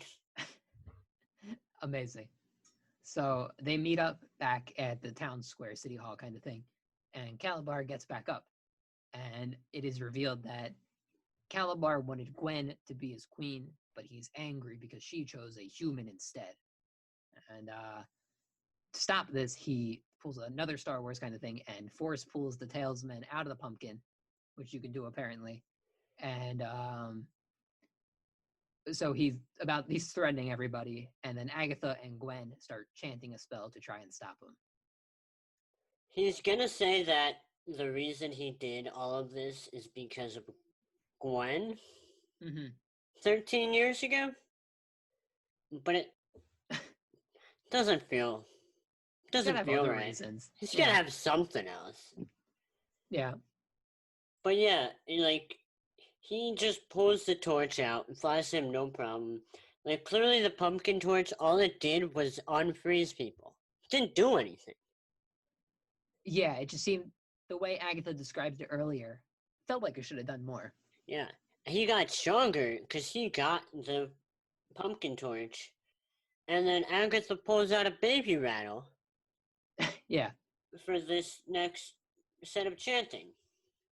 Yeah, so in this next set of chanting, Agatha and Gwen kind of team up and chant, but Dylan, who's angry at Calabar, his hands start to glow, and then he is revealed to be a warlock as well, because he thought he was normal. He's like, I'm the only normal one in the family. You ever And he see was proud of Static it. Shock?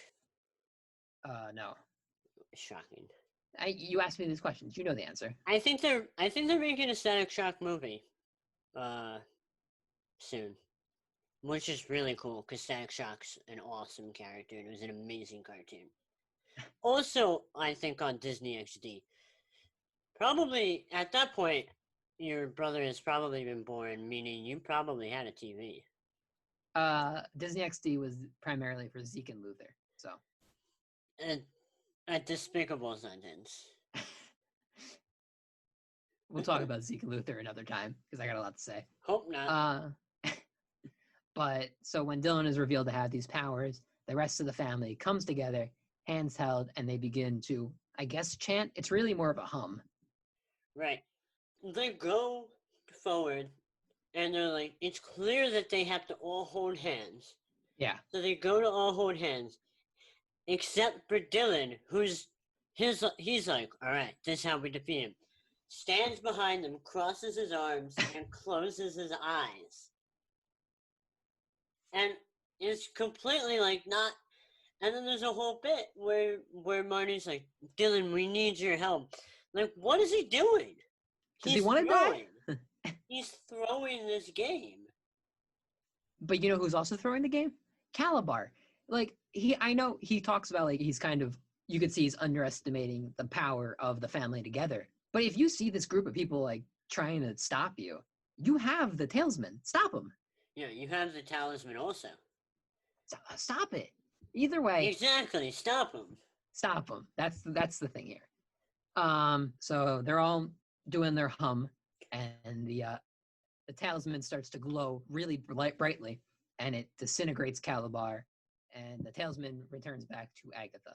Also, not a great look for Disney that there weren't like 4 women witches, or like that 4 witches weren't needed. Like 4 witches all needed the one warlock who discovered his powers 15 seconds ago in order to defeat Calabar. Like, alright. Like, you didn't need that. I get that it's a family thing. Yeah. There's a 200-year-old witch. There's a witch, well, not middle-aged in comparison, but there's another normal witch taught by a very powerful witch. And then there are 2 more, like, beginner-level witches, and they need a warlock who's never heard about. Where's the empowerment? I get where you're coming from. They were going for a family thing, but people could take it your way. I understand. My way's usually right. No, I know that. But after Calabar disintegrates, everybody hugs. They celebrate. Gwen and Marnie have this conversation where they both forgive each other for being meanie heads to each other. Dylan still doesn't believe that he has powers, even though his hands glowed. Static shock. And then they see Luke walking away because the guy walking in the hood is walking away. So Marnie goes up to Luke, and Luke takes off the hood, and it is revealed that he is a goblin? I don't know. He's not handsome. He's ugly. He's not handsome. Say it like they want you to say it. Luke says it himself. He says, Luke's ugly. Yeah. And then, once again, this DCOM tries to shove in a romantic plot in. He's like, this one was here. It was kind of here. It was that one scene, though. There was a few, because there was the awkward scene with the broom, and then he helps her out, like he sacrifices himself for her. She's got the whole like beginning of a movie, like noticing him from across the room while in the cab. This one's there. It's better, yeah. Yeah. But he says, like, even I was so mean even when I was handsome that I still couldn't get a date with you, Marnie. But Marnie gives him a kiss on the cheek/nose because his nose has grown humongously. Huge. It's a huge nose. It's a huge nose. It gets in the way. And Marnie says that he was handsome when he decided to help her before. Which, yeah, he was visually handsome when he made that decision. And now he's not. Right.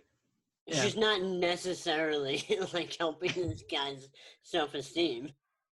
I don't know. The weird thing about this, like, even though that we do know there's 3 more sequels after this, they were just fine with ending that romantic plot there. Well, he's gonna show up. That makes sense. Yeah. Next in Calabar's Revenge. Yeah. So hopefully we get something out of this. Hopefully. Luke says that if she ever does return to Halloweentown, to look him up. Right, because you need to look people up in the tiniest town on Earth. Yeah, like they talked to the mayor and said, we're Agatha's people. And they're like, okay, but we know where that is. Right. Yeah, whatever. The important part here is Agatha says they have a job for Luke. Yeah. Which feels like Luke kind of has to agree to, no matter what. It doesn't make sense, but we'll pop back in because we have another thing that I gotta talk about that I hate. Okay.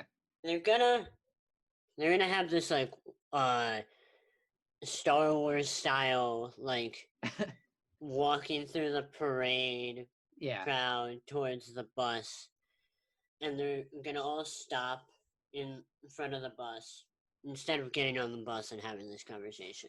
Although I guess this conversation has to happen before the bus. Gwen and Agatha are talking to each other.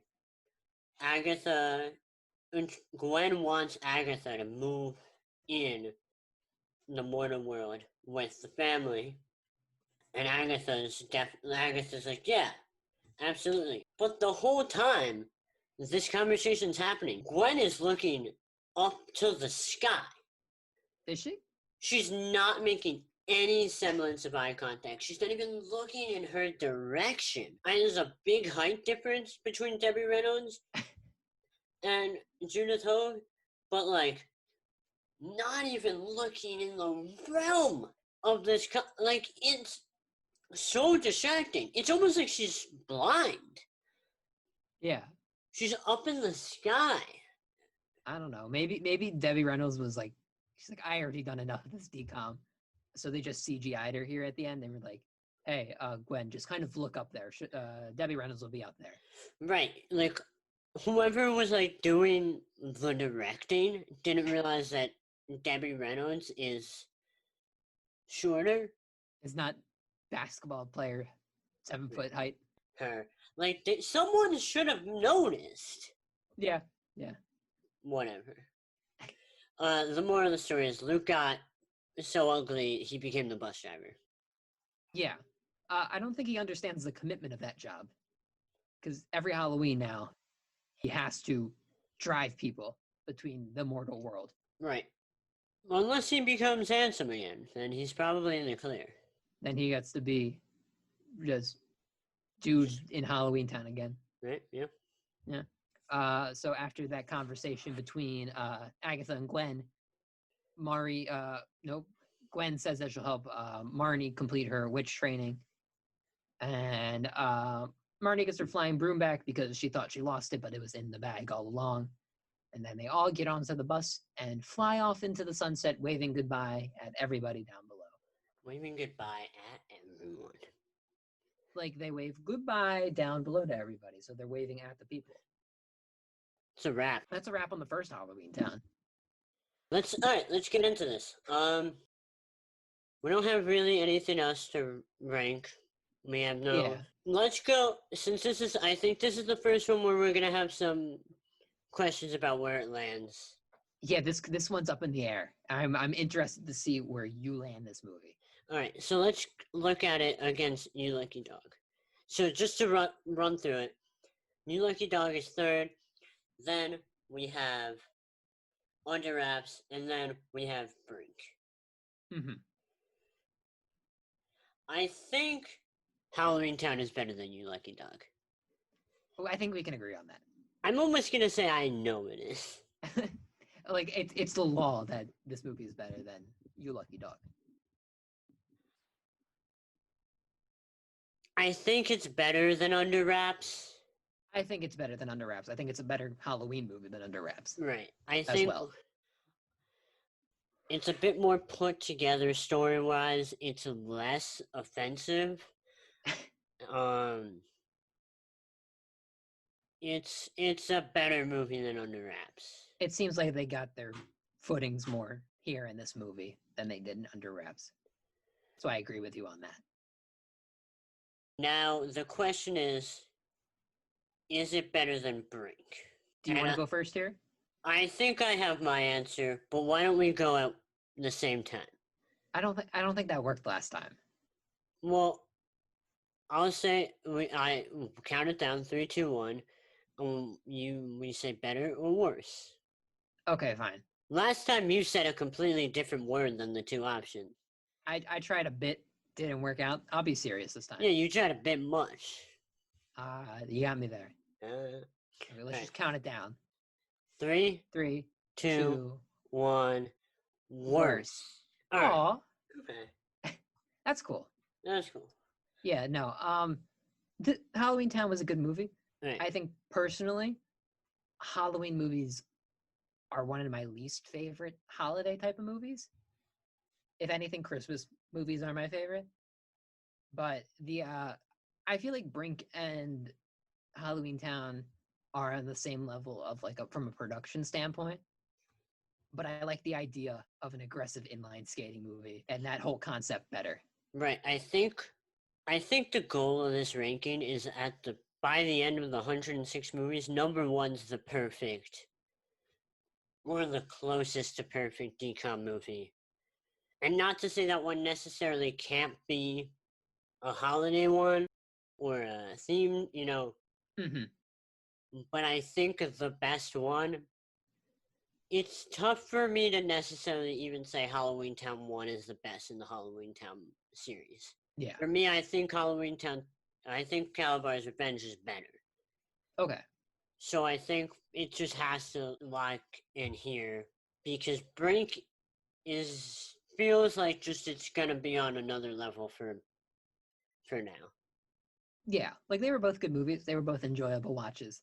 But at least personally, the whole vibe of Brink is more my thing than Halloweentown. Awesome. So, I'm glad one we we have agreed. Brink. Number 1 we have Brink. Number 2 we have Halloweentown. Number 3 we have Under Wraps. Number 4 we have You Lucky Dog. It'll be interesting to see what happens when we don't agree, but I guess we'll just have to keep 2 separate lists. Yeah, I'm also excited or worried when we get to a bunch of movies and we're like, number 1 is this, number 2. We'll have to find a way to condense that down to get our point across. Right. Instead of going through every movie every time. We'll do it. We'll rank 106 movies in the last one. We'll say them. Well, I think especially in the last one. I think we could have another episode after that where we just celebrate our journey and we go through our rankings.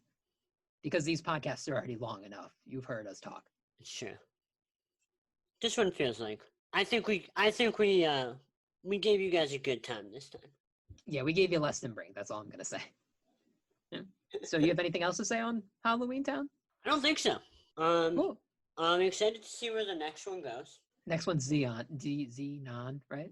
Xenon. The warrior princess? Huh? Nope, that's something else. That's not this movie. No. Spelled different. This is Xenon Girl of the 21st Century. Oh, that's way off. Which is hilarious because we're in the 21st century. And I guess she's got a lot of time, but we're not there yet. Yeah. We're going to talk about probably someone who is one of the early famous people to come out of Disney Channel, especially DCOMs. The first real Disney Channel star to be in a DCOM. I'm talking about Raven Simone. Oh, really? Yeah. That's exciting. It's exciting. Yeah. All right. Yeah. So, thank you for joining us on the Unofficial DCOM podcast. I have been Anthony. I am Ethan, still a clown, but out of the clown costume. Well, make sure to follow our podcast. We come out every Thursday. Feels official now. It's gonna be we're gonna keep attempting. If anything, you can follow us on Twitter to get updates. We'll try to update you there. Follow us on Twitter at the Unofficial DCOM podcast. Something like that. Yeah. Search that. You'll find it.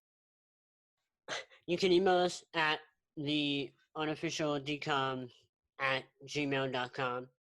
You can go to anchor.fm, find out where we host this podcast, find out where you can get it. You can go on Apple Podcasts, Spotify, all the places. Go get this podcast. Leave us 5 stars. Share our podcast. And come back next time for Xenon. Have a happy Halloween. Maybe I can say that right next time. Yeah. Yeah? Say talisman? Should I say talisman? Yeah. Have a happy talesman. That one was for you. Oh, no. Goodbye. Bye.